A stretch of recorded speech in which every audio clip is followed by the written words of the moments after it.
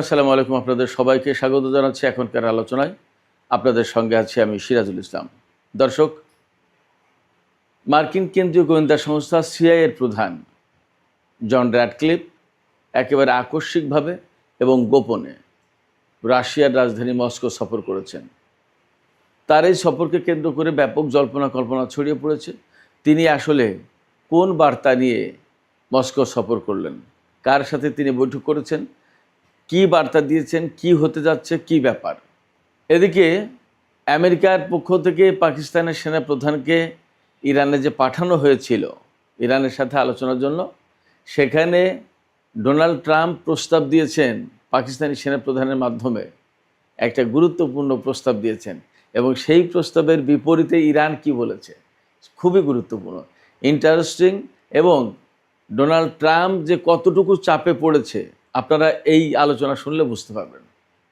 সুপ্রিয় দর্শক, আর একটা ব্যাপার, সেটা হচ্ছে সিরিয়াতে নাকি প্রচুর পরিমাণে সামরিক সরঞ্জাম মোতায়েন করেছে তুরস্ক, এবং কোনো সামাজিক মাধ্যমে বলা হচ্ছে যে 4.5 লাখ সেনা নাকি পাঠিয়েছে সিরিয়াতে, এবং ইসরায়েলের সাথে যুদ্ধ সংঘাত যে কোনো পরিস্থিতির জন্য তুরস্ক প্রস্তুত। আসলে কি বাস্তবতা তাই? এপাশে হরমুজ প্রণালী নিয়ে ওমানের সাথে ইরানের আলোচনা কত দূরে এগোলো এবং কি হয়েছে, আলোচনা কি হতে যাচ্ছে, এই যে 4টি গুরুত্বপূর্ণ বিষয় বললাম, এই 4টি গুরুত্বপূর্ণ বিষয় নিয়ে আলোচনা করব। এর সাথে আর একটা বিষয় থাকবে। চীন কিন্তু সোজা সাপটা বলে দিয়েছে, চীনের কোম্পানিগুলোর বিরুদ্ধে যদি নতুন করে নিষেধাজ্ঞা আরোপ করা হয় তাহলে চীন পাল্টা ব্যবস্থা নেবে।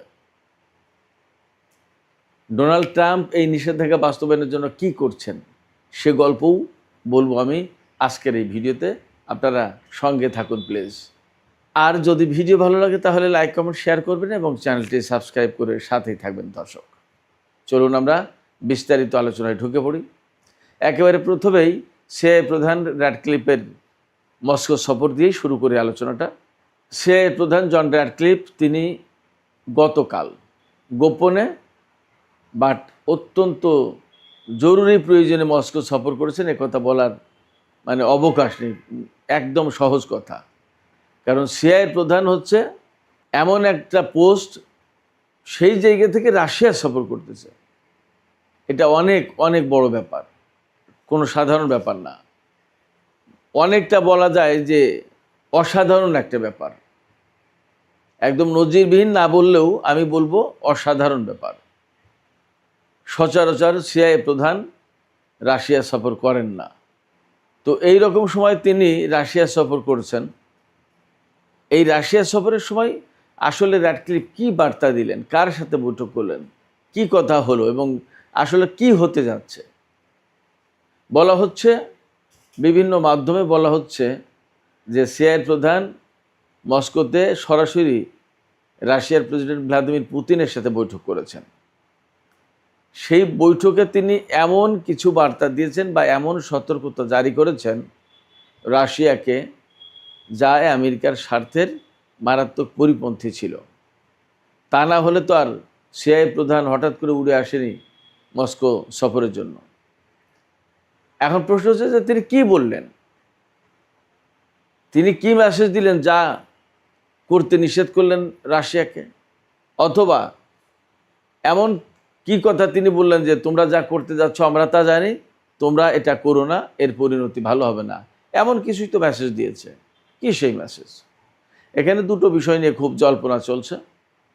একটা বিষয় হচ্ছে যে রাশিয়া ইউক্রেনে বড় ধরনের অভিযান চালাতে পারে এবং ইউক্রেনের বিষয়টা হয়তো একটা চূড়ান্ত সমাধানের দিকে নিতে চাইছেন রাশিয়ার প্রেসিডেন্ট ভ্লাদিমির পুতিন। এই বিষয়টা যদি চূড়ান্তভাবে সমাধানের দিকে নিয়ে যেতে চান প্রেসিডেন্ট পুতিন, তাহলে হয়তো ইউক্রেনের বিরুদ্ধে একেবারে প্রচণ্ড রকমের অভিযান চালাতে হবে, একদম চূড়ান্ত অভিযান।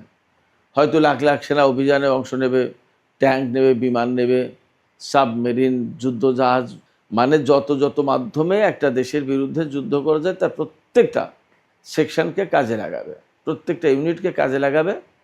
এবং জানি না কি হবে, যদি ইউক্রেনের বিরুদ্ধে প্রয়োজন হয় তাহলে হয়তো পরমাণু বোমাও ব্যবহার করে এমন পরিকল্পনা করে থাকতে পারে রাশিয়া। সিআইএর কাছ তো গোয়েন্দা তথ্য সংগ্রহ করা, হয়তো সেই তথ্য তাদের কাছে গেছে এবং এবং মোটেই দেরি না করে সিআইএ প্রধান র্যাডক্লিফ মস্কো সফরে চলে এসেছেন এবং মস্কো সফরে এসে প্রেসিডেন্ট পুতিনকে বলছেন, আপনারা এই কাজগুলো করেন না বা এই কাজ করেন না বা এই অভিযান পরিচালনা করবেন না, এতে এর পরিণতি খারাপ হবে, বা আপনারা এই করতে যাচ্ছেন, এটা করবেন না। হয়তো সতর্কতা জারি করেছে। এখন তিনি কি সতর্কতা জারি করলেন আর কি করলেন না, কি বললেন না, তা তো যেহেতু পরিষ্কার খবর আসেনি, সেজন্য আমাদের অপেক্ষা করতে হবে। তবে একদম নিশ্চিত তিনি যে খুব গুরুত্বপূর্ণ বিষয় নিয়ে আলোচনা করতে এসেছেন তাতে কোনো সন্দেহ নেই। এই জায়গায় দ্বিতীয় যে বিষয়টা নিয়ে জল্পনা চলছে সেটা হচ্ছে ইরান প্রসঙ্গ। বলা হচ্ছে বা আমেরিকার পক্ষ থেকে অনেকদিন ধরে অভিযোগ আছে যে রাশিয়া ইরানকে অস্ত্র, সামরিক সরঞ্জাম এবং সামরিক তথ্য, গোয়েন্দা তথ্য দিয়ে সাহায্য করছে। ইরানের সাথে তো আমেরিকা আসলে পেরে ওঠেনি এবং এখন কোথায় সেই পরমাণু কর্মসূচি ধ্বংস করা, সরকার পরিবর্তন করা, আর কোথায় ইরানের সামরিক বাহিনীকে একদম মুছে দেয়া, এখন হরমুজ প্রণালী খোলা নিয়েই হিমশিম খাচ্ছে আমেরিকা। এইরকম একটা প্রেক্ষাপটে হয়তো ইরান ইস্যুকে কেন্দ্র করে সিআইএ প্রধান রাশিয়ার সাথে মত বিনিময় করতে এসেছেন বা কোনো সলা পরামর্শ বা তাদের পক্ষ থেকে কোনো উদ্বেগের কথা, উৎকণ্ঠার কথা জানাতে আসতে পারেন। এটাও একটা কারণ হতে পারে যে ইরান ইস্যু হতে পারে। আবার এমনও হতে পারে যে ইরানের বিরুদ্ধে আমেরিকা ভয়ঙ্কর কোনো পরিকল্পনা করছে যে ইরান যদি এই না করে তাহলে আমরা এই করব, এমন তথ্য দিতে পারে। কথার কথা বলছি, আমি এটা চূড়ান্ত সত্য ধরে উদাহরণটা দিচ্ছি না, আমি জাস্ট আলোচনা প্রসঙ্গে বলছি যে হয়তো আমেরিকা রাশিয়ার মাধ্যমে বলেছে, সিআইএ প্রধান হয়তো প্রেসিডেন্ট পুতিনকে বলে গেছেন যে প্রেসিডেন্ট ডোনাল্ড ট্রাম্পের পক্ষ থেকে আমি এসেছি, ইরান যদি হরমুজ প্রণালী খুলে না দেয় বা এই শর্ত মেনে না নেয় তাহলে ইরানের বিরুদ্ধে আমরা পরমাণু হামলা চালাবো। কথার কথা এমন একটা তথ্য দিল। হয়তো এই তথ্য পুতিন শুনেছেন, জেনেছেন এবং পরবর্তীতে ইরানের কাছে সেই তথ্য পাস করবেন বা পুতিনের সাথে পরামর্শ করতে পারে যে ইরানের ইস্যুতে তো আমাদেরকে এইভাবে তারা আটকে দিয়েছে ইরান, এখন আমরা এই জায়গা থেকে বের হতে হলে আমাদের সামনে পথ পরমাণু বোমা হামলা চালানো অথবা ইরানের উপরে ব্যাপকভাবে বোমা হামলা চালানো বিমান থেকে, আমরা যে কোনো একটা করব, ইরান কি করবে সেটা আপনি দেখার একটু শুনে মেলে, এমন হতে পারে। নানা রকমের জল্পনা আছে, কোনটা সত্য কোনটা মিথ্যা বা কোনটা আসলে ঘটেছে বা কোনটা আসলে বলেছে এখনও পরিষ্কার না, এর জন্য আমাদের অপেক্ষা করতে হবে। সুপ্রিয় দর্শক, ইরানের প্রসঙ্গ এই আলোচনা ধরে যখন এসেই গেল তখন আমি ইরানের প্রসঙ্গে আরও কিছু কথা বলি। পাকিস্তানের সেনাপ্রধান ফিল্ড মার্শাল আসিম মুনিরকে যে ইরান সফরে পাঠিয়েছিলেন মার্কিন প্রেসিডেন্ট ডোনাল্ড ট্রাম্প, এই সফরে তিনি কি বার্তা দিয়ে পাঠিয়েছিলেন আসিম মুনিরকে ইরানের কাছে? জানা গেল যে ডোনাল্ড ট্রাম্প আসিম মুনিরকে এই বার্তা দিয়ে পাঠিয়েছেন যে আপনি ইরানকে বলুন যে ইরান হরমুজ প্রণালী খুলে দিন, এর বিনিময়ে আমরা ইরানের উপর থেকে নিষেধাজ্ঞা প্রত্যাহার করে নেব আর ব্লকেট তুলে নেব। আসিম মুনির কিন্তু ইরান থেকে ফিরে তিনি দাবি করেছেন বা পাকিস্তানের গণমাধ্যমগুলোতে খবর এসছে যে ভালো একটা আলোচনা হয়েছে, আলোচনার অগ্রগতি খুব ভালো। আমি তো বলছি যে ইরান প্রত্যাখ্যান করেছে আলোচনা। এখন পাকিস্তানের গণমাধ্যম বলছে আলোচনার ফলাফল বা বেশ ইতিবাচকভাবে আলোচনায় অগ্রগতি হয়েছে। আসলে কি সেটা এখানে ডোনাল্ড ট্রাম্প এবং পাকিস্তান কিভাবে নেবে আমি জানি না। ইরান যা বলেছে তা পরিষ্কার। ইরান বলেছে হরমুজ প্রণালী খোলা হবে, তবে কতগুলো শর্ত আগে পূরণ করতে হবে আমেরিকাকে। যদি তাই বলে তাহলে তো ইরান হরমুজ প্রণালী খুলতে রাজি হয়নি, আবার প্রত্যাখ্যানও করেনি, খুলতে চায়, তারা খুলবে। ওকে, এ তো আগেও বলেছি, এখনও বলছে, হয়তো ভবিষ্যতেও বলবে যে আমরা হরমুজ প্রণালী তো খুলবো, এখান থেকে মানুষের তেল যাবে, পণ্য যাবে, আসবে, ব্যবসা হবে, সবই তো চলবে, নিরাপত্তার সাথেই হবে। কিন্তু কিছু কিছু দেশের জন্য হরমুজ প্রণালী খুলবে না, যেমন ইসরায়েলের জন্য চিরজীবনের জন্য বন্ধ হবে। আমেরিকার জন্য হয়তো তাই হতে পারে, অন্তত আমেরিকার সামরিক কোনো জাহাজ এই রুটে চলাচল করতে পারবে না, হরমুজ প্রণালী দিয়ে পারস্য উপসাগরে যেতে পারবে না। তার মানে বাহরাইনে ৫ম নৌবহরের যে ঘাঁটি, ওই ঘাঁটি ফুটুস, ও আর জীবনে কোনোদিন সুস্থ হয়ে দাঁড়াবে না, ওকে মেরামত করে ঠিক করা যাবে না। কারণ ইরান হরমুজ প্রণালী দিয়ে আমেরিকার কোনো যুদ্ধ জাহাজ যেতে দেবে না, যে জাহাজে বিভিন্ন রকমের অস্ত্র, সামরিক সরঞ্জাম এবং ওই ঘাঁটি ঠিকঠাক করার মতো যন্ত্রপাতি আনা হবে, এইটা করতে দেবে না ইরান। তাহলে এই হরমুজ প্রণালী খুলবে বিভিন্ন দেশের জন্য, হয়তো শর্ত সাপেক্ষে আমেরিকার জন্যও, কিন্তু শর্ত সাপেক্ষে মানে সামরিক সরঞ্জাম এখানে নিতে পারবে না, আর ইসরায়েলের জন্য চিরদিনের জন্য বন্ধ থাকবে। ব্যাপারটা যদি এরকম হয় তাহলে ইরান তো খুলতে রাজি আছে বা খুলবে, কিন্তু তার আগে আমেরিকাকে ইরানের শর্তগুলো পূরণ করতে হবে। তো শর্ত যতক্ষণ পর্যন্ত পূরণ না করছে ততক্ষণ পর্যন্ত খুলবে না। এবং এখানে আরও কথা আছে, আমেরিকার president Donald Trump mid term ইলেকশনের আগে যে কোনোভাবেই হোক হরমুজ প্রণালী খোলার চিন্তা করছে, চেষ্টা করছে, এই কারণে যে তা না হলে আমেরিকার লোকজনকে তিনি দেখাতে পারবেন না যে কোনো সফলতা। সবাই এই প্রশ্ন তুলবে, যেখানে আপনি সারা বিশ্বের যুদ্ধ বন্ধ করতে চেয়েছিলেন, সেখানে আপনি কয়েকটা জায়গায় যুদ্ধ শুরু করে দিলেন। যুদ্ধ শুরু করলেন তো করলেন, আমেরিকার সেনারা মারা গেল, বহু বিমান, বিভিন্ন রকমের সরঞ্জাম, প্রচুর ক্ষয়ক্ষতি হলো। এখন আপনি ইরানের সরকার পরিবর্তন করতে পারেনি, তার পরমাণু কর্মসূচি সেই অক্ষতই আছে, বরং যা খোলা ছিল সেটা বন্ধ করে দিয়েছেন। হরমুজ প্রণালী যুদ্ধের আগে খোলা ছিল, যুদ্ধ শুরুর কারণে হরমুজ প্রণালী বন্ধ হয়ে গেল। তাহলে তো যুদ্ধে আপনি পরাজিত হয়েছেন, আপনি যুদ্ধে তো কোনো অর্জন দিতে পারেন, কেন আপনি যুদ্ধে জড়াতে গেছেন? এই প্রশ্ন আসবে ভোটারদের কাছ থেকে, এই প্রশ্ন ভোটাররা করবে।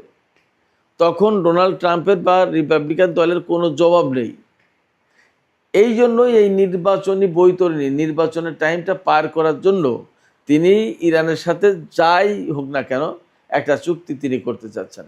চুক্তি করে নির্বাচন শেষ, আবার ইরানের উপরে নিষেধাজ্ঞা দেবে, ব্লকেট দেবে, আবার দ্বন্দ্ব সংঘাত শুরু করবে।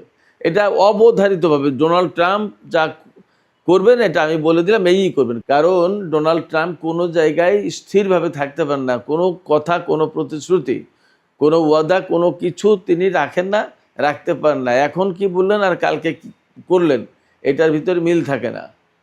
সেক্ষেত্রে ইরান যদি ডোনাল্ড ট্রাম্পের সাথে কূটনৈতিক উদ্যোগে গিয়ে এই জায়গায় চুক্তি করে, তাহলে ইরান অবশ্যই আবার আটকে যাবে তাদের মাধ্যমে, আমেরিকার মাধ্যমে তারা আবার ব্ল্যাকমেইলের শিকার হবে।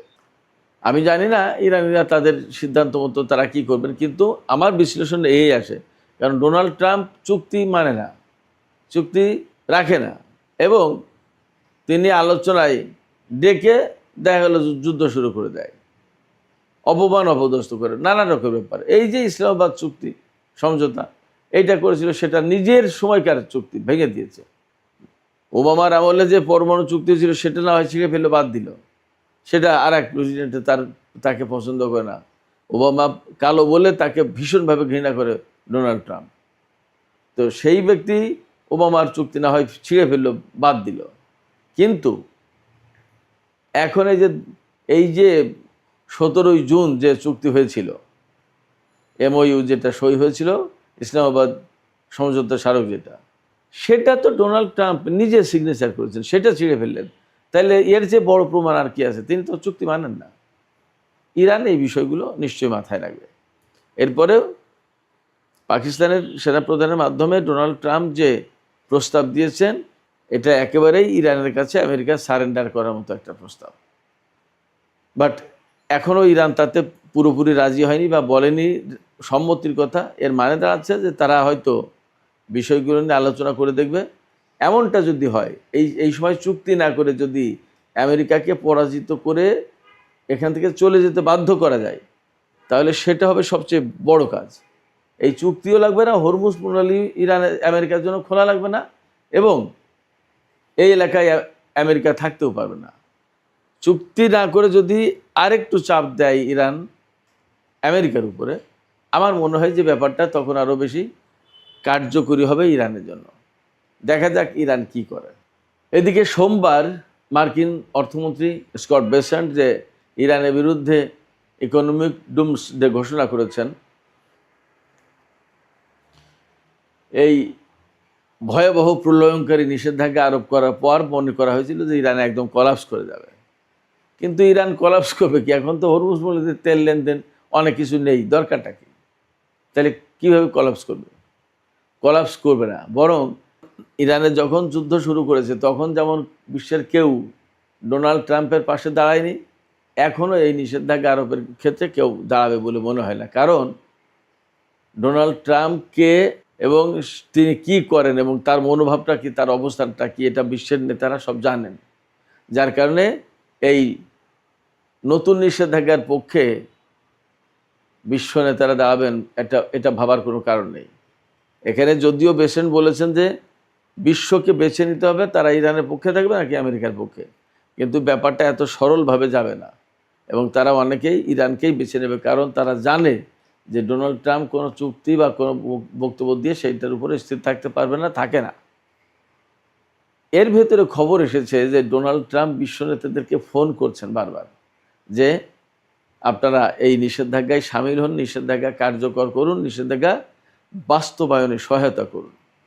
কিন্তু ইরানের যে প্রধান বাণিজ্যিক পার্টনার চীন, সেই চীন পরিষ্কার করে বলেছে যে চীনের হংকং বেইজ যে সমস্ত কোম্পানি, তাদের উপরে যদি কোনো রকমের সেকেন্ডারি নিষেধাজ্ঞা দেয়া হয়, আগে যা দিয়েছে, আবার নতুন করে যদি নিষেধাজ্ঞা দেয়া হয়, তাহলে আমেরিকার বিরুদ্ধে সোজা সাপটা পাল্টা পদক্ষেপ নেওয়া হবে, রিটালিয়েট করা হবে, মানে প্রতিশোধ নেওয়া হবে। তা প্রতিশোধ মানে কি? চীন সোজাসুজি আমেরিকার বিভিন্ন কোম্পানির উপরে নিষেধাজ্ঞা আরোপ করে দেবে। আমেরিকা যদি ট্যারিফ বাড়ায়, তাহলে চীনও ট্যারিফ বাড়িয়ে দেবে। এইভাবে বাণিজ্য যুদ্ধ শুরু হবে। ফলে ডোনাল্ড ট্রাম্প নিষেধাজ্ঞা আরোপ করেছে, এই নিষেধাজ্ঞা আরোপ করেও কিন্তু শান্তিতে নেই এবং তিনি জানেন যে এই নিষেধাজ্ঞা খুব একটা কার্যকরী হবে না, কাজ করবে না। এই জন্য পাকিস্তানের সেনাপ্রধানকে ইরানে সফর পাঠিয়েছিল। যেদিন সফরে পাঠিয়েছে সেই দিন আবার নিষেধাজ্ঞা দিচ্ছে, তার মানে সব অপশন তার সামনে খোলা। তাই ইরান কি এতটা বোকা যে আমেরিকা সব অপশন খোলা রেখে ইরানকে চুক্তি করতে ডাকবে আর ইরান সুর করে চুক্তি করতে চলে যাবে? ব্যাপারটা কি এরকম? প্রশ্ন ওঠে না। অতএব ডোনাল্ড ট্রাম্পকে এখানে অপেক্ষা করতে হবে এবং ইরান কোন কৌশলে এইগুলো আটকে দেয় এবং এইগুলো থেকে উদ্ধার পায় নিজে, আমরা একটু অপেক্ষা করি, দেখবেন যে অনেক বড় বড় খেলা জমছে এখানে। সুপ্রিয় দর্শক, আলোচনার শেষে তুরস্ক ইসরায়েল সিরিয়া প্রসঙ্গে একটু কথা বলি। সামাজিক মাধ্যমগুলোতে বেশ খবর ছড়িয়ে পড়েছে যে তুরস্ক নাকি বিপুল পরিমাণে সামরিক সরঞ্জাম সিরিয়ায় মোতায়েন করেছে এবং 4.5 লাখ সেনা নাকি পাঠিয়েছে। এটা যদিও একটু অস্বাভাবিক কথা, কিন্তু অনেক সামাজিক মাধ্যমে এই খবর ঘুরছে। আর সত্য মিথ্যা এখনই জানা যাচ্ছে না। তবে তুরস্ক এবং ইসরায়েলের ভেতরে যে বড় রকমের একটা টানাপোড়েন সৃষ্টি হয়েছে এই মুহূর্তে, সময় যে তাদের ভেতরে ভালো যাচ্ছে না সেটা মোটামুটি বোঝা যাচ্ছে। সামাজিক যোগাযোগ মাধ্যমে এরকম খবরও আসছে যে পাকিস্তান নাকি ইসরায়েলকে হুঁশিয়ারি দিয়েছে যে ইসরায়েল যদি তুরস্কের সাথে যুদ্ধে জড়িয়ে যায়, তাহলে পাকিস্তান ইসরায়েলের বিরুদ্ধে এমন জবাব দেবে যেটা ইসরায়েলের জন্য ভয়ঙ্কর পরিণতি ডেকে আনবে। তার মানে দাঁড়াচ্ছে ইসরায়েল, পাকিস্তান, তুরস্ক, সামাজিক মাধ্যমের এই খবরগুলো যদি সত্য হয়, তাহলে ইসরায়েল, তুরস্ক এবং পাকিস্তান তারা বেশ একটা জটিল সিচুয়েশনে, জটিল সমীকরণে দাঁড়িয়ে গেছে। তবে আমরা যা বুঝতে পারছি যে মধ্যপ্রাচ্যের যে পরিস্থিতি, চলমান পরিস্থিতি, বিশেষ করে সিরিয়াকে কেন্দ্র করে তুরস্ক, ইসরায়েল বা আরও যে সমস্ত পক্ষ এতে জড়িত, এই জায়গাটা যে খুব স্বস্তির সাথে স্বাভাবিকভাবে যাচ্ছে না, এটা মোটামুটি বোঝা যাচ্ছে। বেশ একটা দ্বন্দ্ব সংঘাতের মতো অবস্থা তৈরি হয়েছে। আমরা অপেক্ষা করি আসলে এই দ্বন্দ্ব সংঘাত কোথায় গিয়ে শেষ হয় এবং কোনভাবে এর রূপ পরিগ্রহ করে, কোনভাবে এটা কি ঘটে, আমরা অপেক্ষা করি। সুপ্রিয় দর্শক, এখনকার আলোচনা এখানে শেষ করতে চাইছি। আলোচনা শেষের আগে আপনাদের মতামত জানতে চাই। সিআইএ প্রধান যে রাশিয়া সফর করলেন, আসলে তিনি কি বার্তা দিলেন?